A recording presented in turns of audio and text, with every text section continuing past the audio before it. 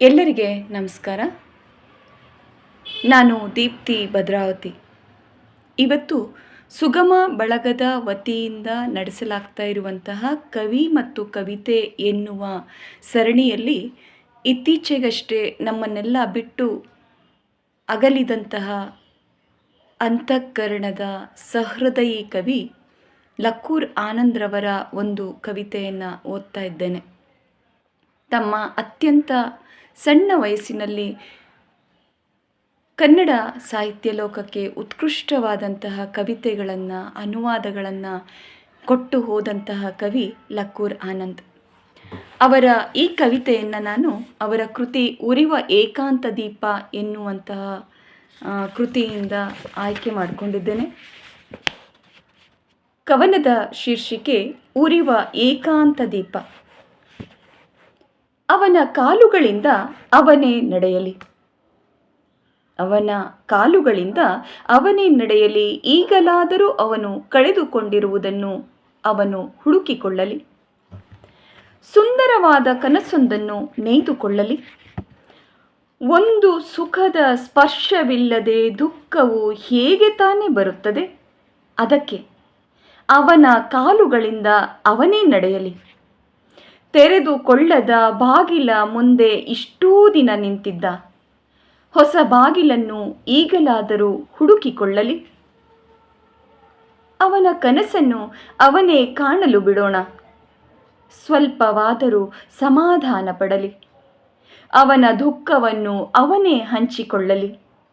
ನಾವು ಸಮಾಧಾನ ಪಡಿಸಬಹುದೇ ಹೊರತು ಏನನ್ನು ಹಂಚಿಕೊಳ್ಳಲಾಗುವುದಿಲ್ಲ. ಅವನ ಮಾತುಗಳನ್ನು ಅವನೇ ಈಗಲಾದರೂ ಕೇಳಿಸಿಕೊಳ್ಳಲಿ. ಇಷ್ಟೂ ದಿನ ಅವನೇ ನುಡಿಸಿದ ಮೌನ ಸಂಗೀತವನ್ನು ಈಗಲಾದರೂ ಅವನು ಕೇಳಬಹುದು. ಈಗಲಾದರೂ ಅವನ ಕಣ್ಣಿನಿಂದ ಅವನನ್ನೇ ನೋಡಲು ಬಿಡೋಣ.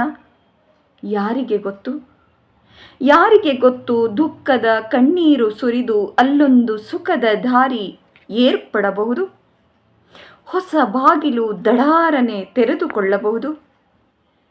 ನನ್ನ ಕಡೆಗೆ ನೀನು ಕಳೆದುಕೊಂಡಿರುವ ಎಲ್ಲವೂ ಪುನಃ ವಾಪಸ್ಸು ಬರಬಹುದು. ಬಹುಶಃ ಇಲ್ಲಿ ಒಂದು ಬರುವುದೇ ಹೊರತು ಹೋಗುವುದು ಏನೂ ಇರುವುದಿಲ್ಲ. ಯಾರಿಗೆ ಗೊತ್ತು, ಯಾರಿಗೆ ಗೊತ್ತು, ಸುಖವೊಂದು ಬಂದು ಹೋದ ಮೇಲೆ ಮತ್ತೊಂದು ದುಃಖ ಅಲ್ಲೇ ಹುಟ್ಟಬಹುದು.